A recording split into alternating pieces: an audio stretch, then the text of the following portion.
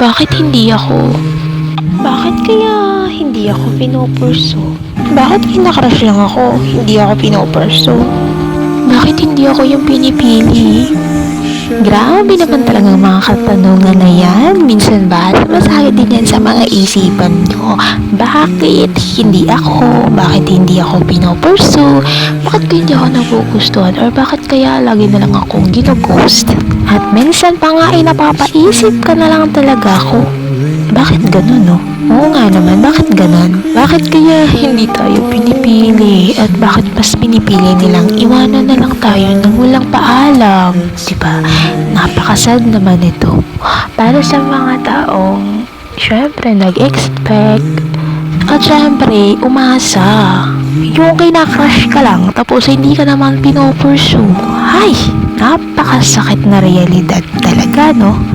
Well, ito lang yung masasabi ko. Baka talagang hindi siya para sa'yo, kaya hindi ka pinupursu. May tamang tao para sa'yo at matutunan nating mag-letting go kapag nasasaktan ka na. Daan mo na ang pag-let go ay papunta yan sa tamang tao. Maghintay ka lang. Maybe hindi pa para sa'yo talaga. Matuto tayong tumanggap na hindi lahat ng nagmamahal sa atin ay para talaga sa atin.